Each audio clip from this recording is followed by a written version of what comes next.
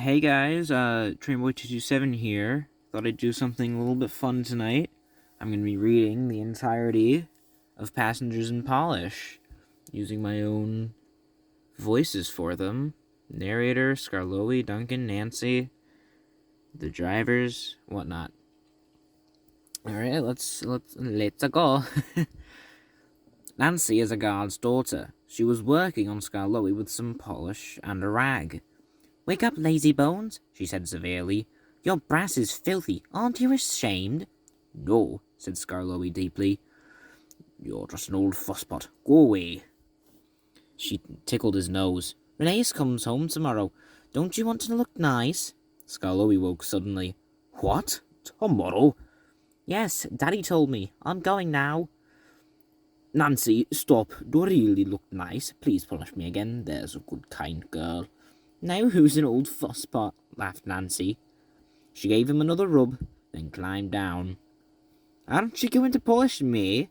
asked Duncan. "Sorry, not today. I'm helping the refreshment lady this afternoon. We must get the ices and things ready for the passengers on Skarloey's 2 o'clock train. Never mind, Duncan. I'll give you a good polish tomorrow." But Duncan did mind. "It isn't fair," he complained. "Peter Sam gets a special funnel, Sir Handel gets special wheels, passengers get ices, and I'm never even polished." This, of course, wasn't true, but Duncan liked having a grievance. He began to sulk. That afternoon, a message came from the station by the waterfall. "One of Skarloey's coaches has come off the rails. Please send some workmen to put it right." Duncan was in steam, so he had to go. "All this extra work," he grumbled. "It wears an engine out." "Rubbish," said his driver. "Come on." The derailed coach was in the middle of his train, so Skarloey had to go on to the top station with the front coaches.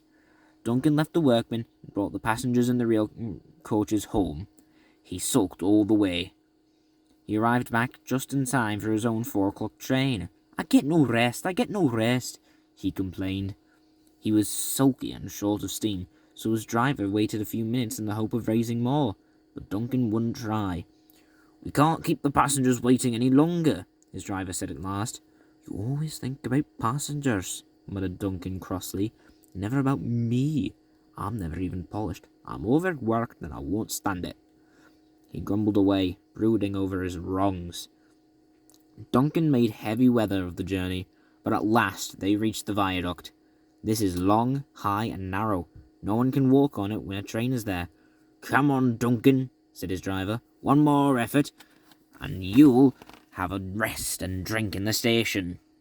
"Keep your old station," said Duncan rudely. "I'm staying here." He did too. He stopped his train right on the viaduct, and nothing his driver or fireman could do would make him move another yard. Skarloey came from the top station to haul Duncan and his train to the platform. The passengers were very cross.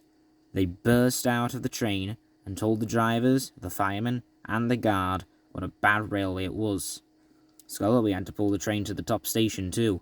Duncan wouldn't even try. The Thin Controller was waiting at the shed for Duncan that evening.